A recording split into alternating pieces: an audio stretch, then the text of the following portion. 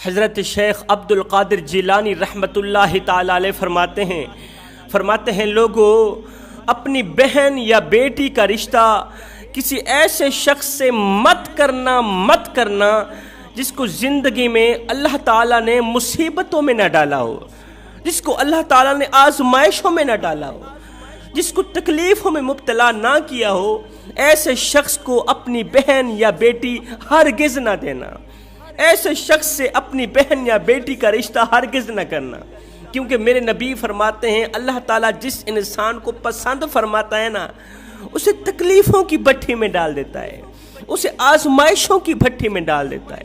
اللہ تعالیٰ جس انسان کو اپنا محبوب بنانا چاہتا ہے نا، اسے بیماریوں کی بھٹی میں، ٹینشنوں کی بھٹی میں، اسے غربت کی بھٹی میں ڈال دیتا ہے، اور وہ غربت کی بھٹی میں جل کے، آزمائشوں کی بھٹی میں جل کے اللہ کے سامنے، فرشتوں کے سامنے قابل عزت اور قابل احترام بن جاتا ہے، اس کا مقام بلند ہو جاتا ہے۔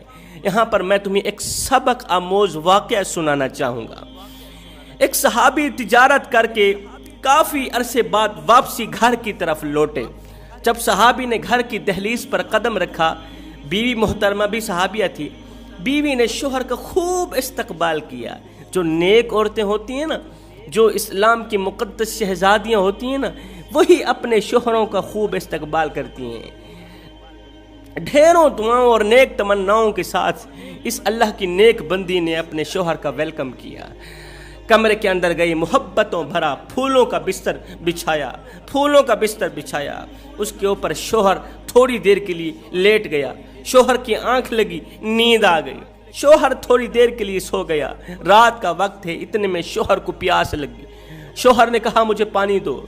فرما بردار بیوی اٹھی، گھڑے میں دیکھا پانی موجود نہیں تھا۔ باہر سردی ہے، برف باری ہے، جاڑا ہے، برف پڑ رہی ہے۔ گھڑے کے اندر دیکھا پانی موجود نہیں تھا۔ دور سے بیوی پانی لے کر جب کمرے کے اندر داخل ہوئی تو شوہر سو گیا تھا۔ شوہر کی ایک بار پھر سے آنکھ لگ گئی۔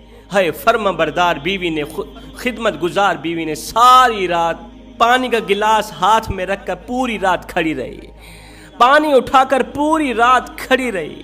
اس سوچ کی بنیاد پر شوہر کو نہیں جگایا، اس سوچ کی بنیاد پر شوہر کے آرام و سکون میں خلل نہیں ڈالا کہ شوہر تھکا ہوا ہے، تھکا ہارا ہے بیچارہ۔ اللہ اکبر، رات گزر گئی۔ جب فجر کا وقت آیا، جب شوہر کی آنکھ کھلی، کیا دیکھتا ہے؟ فرما بردار بیوی پانی اٹھا کر کھڑی ہوئی ہے، نیک متقی پرہیزگار بیوی پانی اٹھا کر کھڑی ہوئی ہے۔ شوہر نے کہا تو سوئی نہیں ہے؟ کیوں پانی اٹھا کر کھڑی ہو؟ اور کتنی دیر سے کھڑی ہو؟ کس ٹائم کی کھڑی ہو؟ فرما بردار بیوی نے کہا اے میرے سرتاج، جب آپ کو پیاس لگی، جب آپ نے پانی مانگا، میں نے گھڑے میں دیکھا پانی موجود نہیں تھا، دور سے سردی میں پانی لے کر آئی، جب کمرے کے اندر داخل ہوئی تو آپ سو گئے تھے۔ میں نے مناسب نہیں سمجھا کہ آپ کے آرام میں خلل ڈالوں، اور خود اسی لیے نہیں سوئی کہ کہیں خدمت گزاری میں کمی نہ آ جائے۔ کتنی نیک متقی خدمت گزار بیوی تھی۔ ہے صحابی اتنا خوش ہوا، کہا کہ اے اسلام کی مقدس شہزادی، تو نے آج مجھے بہت زیادہ خوش کیا، فرما برداری کے انتہا کر دی، خدمت گزاری کے انتہا کر دی۔ آج میں تم پہ بہت زیادہ خوش ہوں، میں چاہتا ہوں آج جو تم مجھ سے مانگو میں دینے کے لیے تیار ہوں۔ آج میں تم پہ خوش ہوں، جو دل چاہے مجھ سے مانگو میں دینے کے لیے تیار ہوں۔ اس نیک بیوی نے کہا اے میرے سرتاج، باقی تو مجھے کسی چیز کی ضرورت نہیں ہے، میرے سرتاج ویسے تو مجھے کسی چیز کی ضرورت نہیں، اگر آپ نے میری ضرورت پوری کرنی بھی ہے، اگر آپ نے میرا مطالبہ پورا کرنا ہی ہے تو میں یہ چاہتی ہوں مجھے طلاق دے کر رخصت کر دو۔ اگر آپ نے میرا مطالبہ پورا کرنا ہی ہے تو میں یہ چاہتی ہوں ابھی اور اسی وقت مجھے طلاق دے کر رخصت کر دو۔